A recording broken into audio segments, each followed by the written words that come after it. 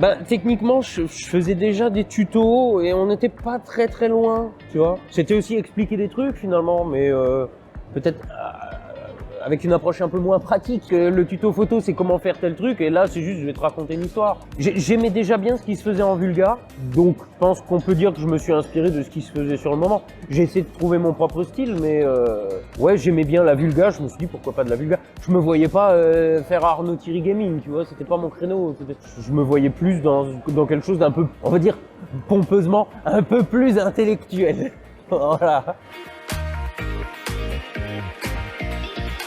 Je pense qu'on peut dire les crop circles. On était plein. Alors, c'était à la fois sympa et en même temps extrêmement dur. Je suis resté pendant une semaine en caméra cachée. Genre toute la journée, je m'arrêtais juste pour changer de batterie, de carte. Tu vois, c'était vraiment... Le soir, tu remets tout à charger, tu mets toutes les cartes à vider. Tu essayes de ranger pour que ce soit pas le bordel après au dérochage, et le lendemain, rebelote. Parce que t'avais des mecs, ils campaient même la nuit pour... Bon. Et après, quand tu te retrouves avec une putain de semaine de rush, il faut dérusher, il faut faire le tri dans les différentes conneries qu'on t'a données et tout. C'était des mois de travail. J'interagissais tout le temps avec les collègues parce que bon, à un moment, ils étaient sur place pour faire le crop circle. Après, chacun est rentré chez soi. On a commencé à préparer nos vidéos. Il a fallu organiser tout ça pour qu'on sorte tous les vidéos en même temps. C'était un bordel innommable. Et pourtant, avec le recul, je me dis, ah, c'était quand même bien. Et du coup, j'ai des projets similaires. Du coup, ça sera pas crop circle et je vais pas non plus dire ce que c'est parce que sinon, ça va complètement péter le truc. Mais je me dis, il faut qu'on refasse des trucs comme ça. Là, le Covid est doucement terminé. On va pouvoir refaire des collabs IRL.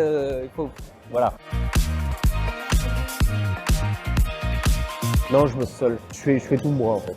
Il va falloir un jour ou l'autre que je m'entoure parce que je pourrais plus tout faire moi-même. Mais pour le moment, ouais.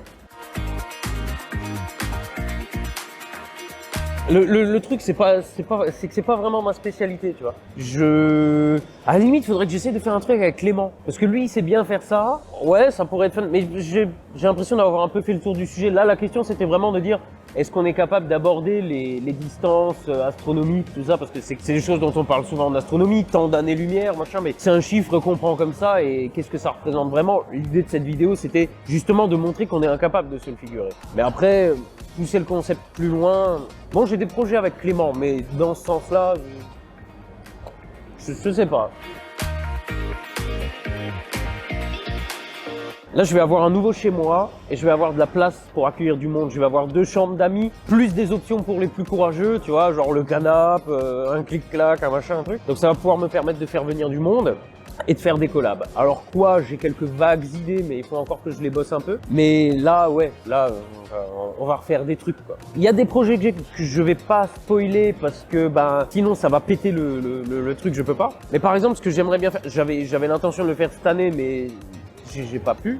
Je suis tombé sur le journal du médecin de l'hôpital, le directeur de l'hôpital d'Hiroshima, qui a survécu au bombardement d'Hiroshima et qui a tenu un journal au jour le jour de ce qui s'est passé, etc.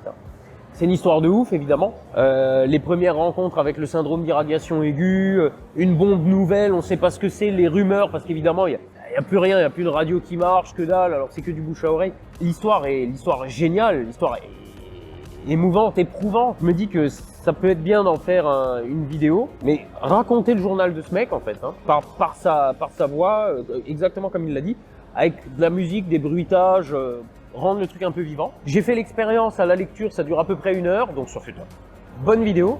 Mais je me suis dit, 1 heure, comme ça, il faut l'illustrer un peu. Et donc je suis en train de voir, chercher un illustrateur qui connaisse bien la culture japonaise, qui connaisse éventuellement bien le sujet aussi, et qui puisse me faire genre une chier d'illustration, parce qu'en 1 heure, tu vois, il faudrait au moins une image toutes les 30 secondes, 1 minute minimum pour rendre le truc un peu vivant. Et je me dis que, bon, alors ça va coûter une blinde, il va y avoir un petit peu de Kickstarter, de Tipeee ou de je sais pas quoi derrière, mais je vais voir. Et ça va être un projet au long cours, parce que moi, produire la partie audio, ça peut se faire relativement rapidement. Après, l'illustrateur, il va être dessus pendant 6 mois, 1 an, quoi. Et ça, j'ai très envie de le faire. Je me dis qu'en plus, derrière, ça pourrait peut-être permettre d'éditer un bouquin. Et j'avais envie de faire ça cette année. Le fait est que j'ai eu d'autres trucs qui ont fait que j'ai pas pu. Mais en 2022, je vais relancer ce truc-là, je pense. Voilà.